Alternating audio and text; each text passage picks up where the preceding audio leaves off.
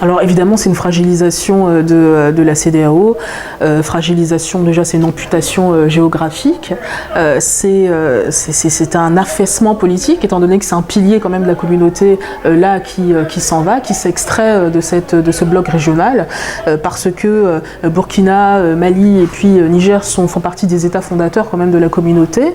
Et puis c'est un affaiblissement politique à un autre égard également pour la CEDEAO, qui encore une fois perd en aura, perd en impact, perd en crédibilité clairement.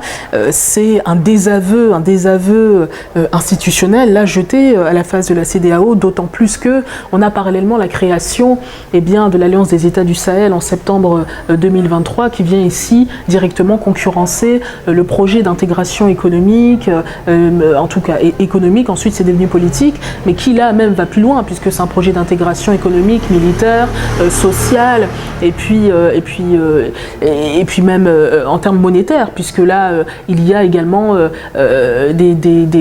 tout cas des déclarations qui ont eu lieu, notamment de la part du général Abdourahmane Tchiani, à la tête du CNSP nigérien, sur la création d'une monnaie au sein de l'AES, de l'Alliance des États du Sahel, qui avait déjà été de toute façon dessinée par la charte qui crée cette fédération.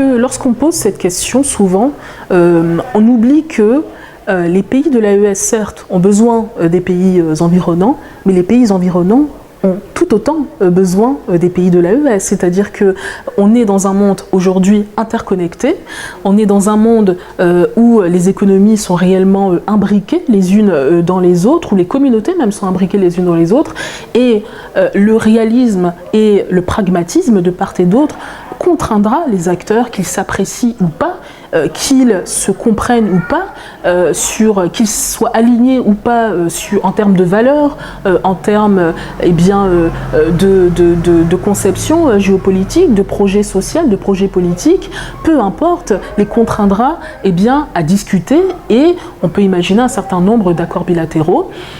Par ailleurs, il faut quand même dire qu'il y a eu un certain nombre de projections de la part du Fonds monétaire international qui dédouanent les pays de l'AES de toute éventualité d'écroulement économique. Ensuite, ils ont directement un accès à la mer. On leur reproche d'être des pays enclavés. Je pense que c'est quelque chose qu'ils savent très bien. Donc, ils ont un accès à la mer vis-à-vis du port de Lomé. Donc c'est déjà une voie pour exporter leurs produits et pour importer ce dont ils ont besoin également. On a également le Maroc qui leur a offert un accès également à l'Atlantique, bien qu'il n'ait pas de frontière directe avec le Maroc, donc c'est quelque chose qui devra encore être négocié.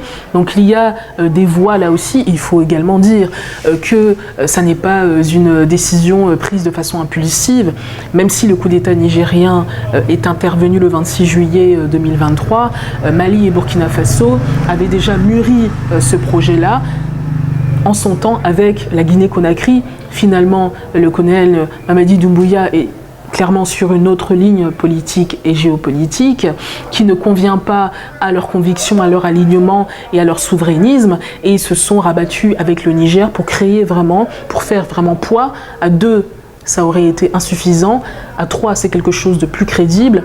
Donc vis-à-vis du reste qu'il laisse, à savoir la CEDEAO, je voudrais également ajouter que l'AES a pris langue avec les BRICS, qui ont fait la tournée des capitales de l'Alliance, et également avec la Russie qui s'est dite prête à reconnaître l'alliance. Donc je ne pense pas qu'il y ait à l'horizon à craindre de catastrophes économiques. Et puis on sait qu'on a vu la tournée, le marathon diplomatique du Premier ministre nigérien en Iran, en Russie, en Turquie. Donc on se cherche d'autres partenaires. Il y en a à foison aujourd'hui dans le monde de plus en plus multilatéral que l'on observe se développer, les puissances moyennes qui aspirent à être de grandes puissances et qui de plus en plus participent à cette nouvelle ruée vers l'Afrique, cette nouvelle compétition pour avoir la meilleure part du gâteau. Malheureusement en Afrique, en tout cas c'est à nous de savoir jouer, surfer au mieux sur cette tendance pour tirer notre épingle du jeu.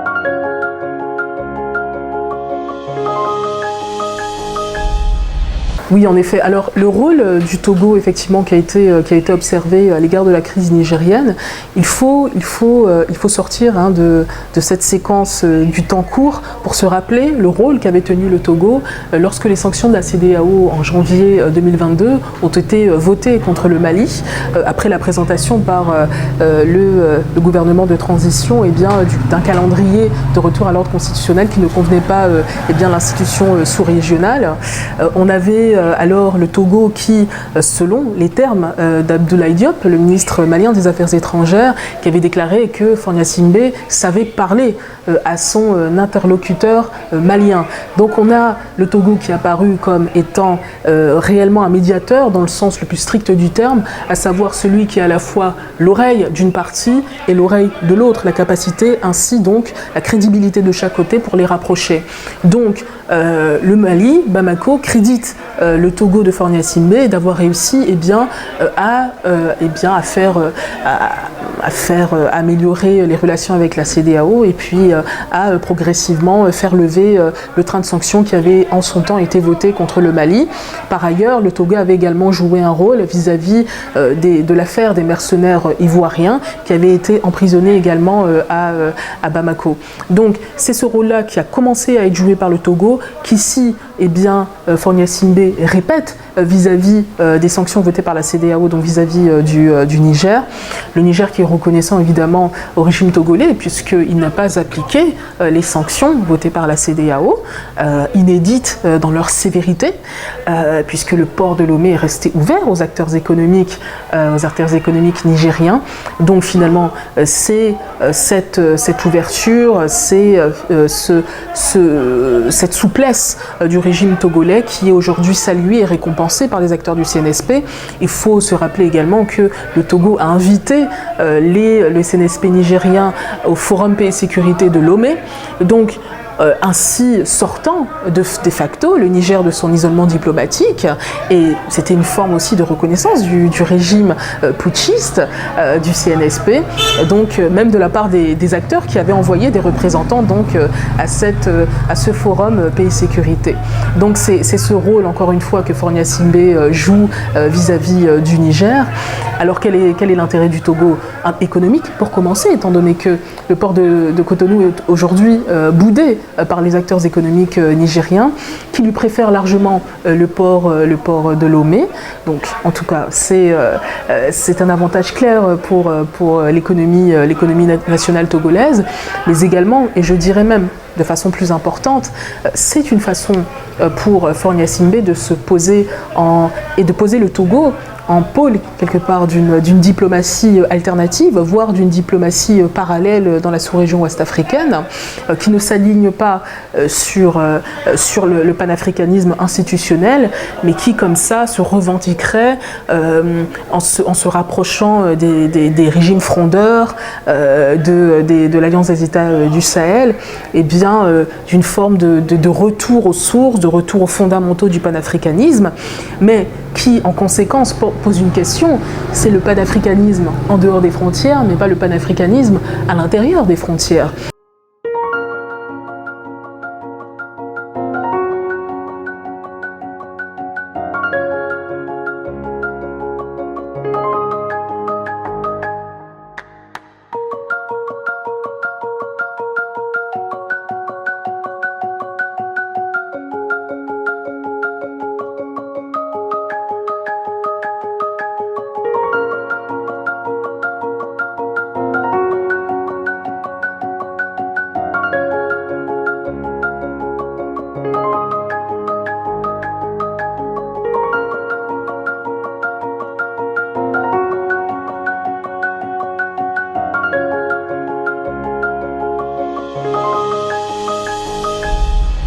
Oui, alors votre question est importante parce qu'elle pose la question, elle interroge sur le répertoire. Qu'est-ce qu'on fait lorsque on a un État dans une communauté qui ne respecte plus les règles?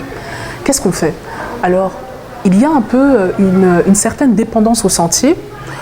On appelle en sciences politiques une dépendance au sentier, c'est-à-dire un manque, une limitation des acteurs dans leur capacité à innover en termes de solutions à apporter à un problème. C'est-à-dire que comme on a toujours fait comme ça, on a tendance à continuer à faire comme ça. Donc c'est le problème de la dépendance au sentier. Donc on est sur un certain chemin, on a l'habitude de se comporter ainsi lorsque tel problème surgit. Donc c'est la même recette que l'on applique au même problème.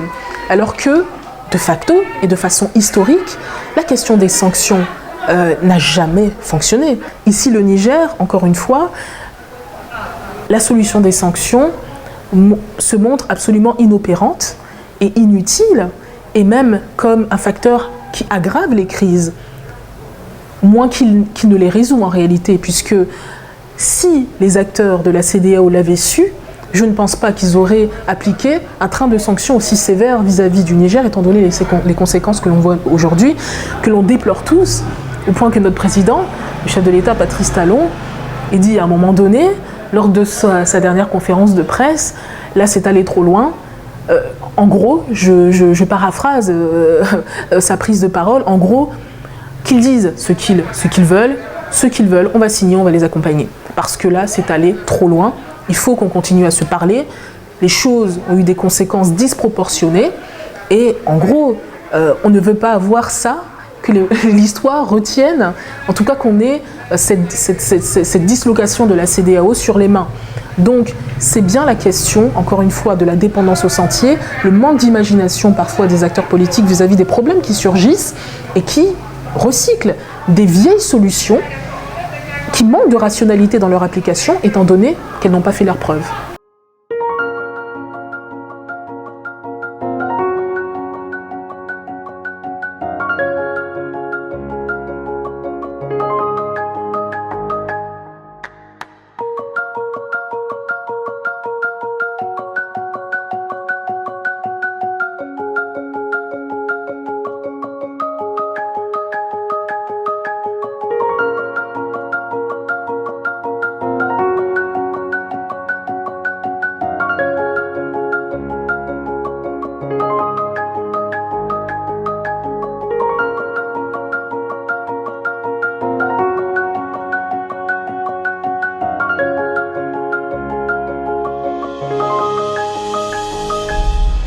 Malgré sa perte d'influence, je ne vois pas à moyen terme une dissolution de la CEDEAO.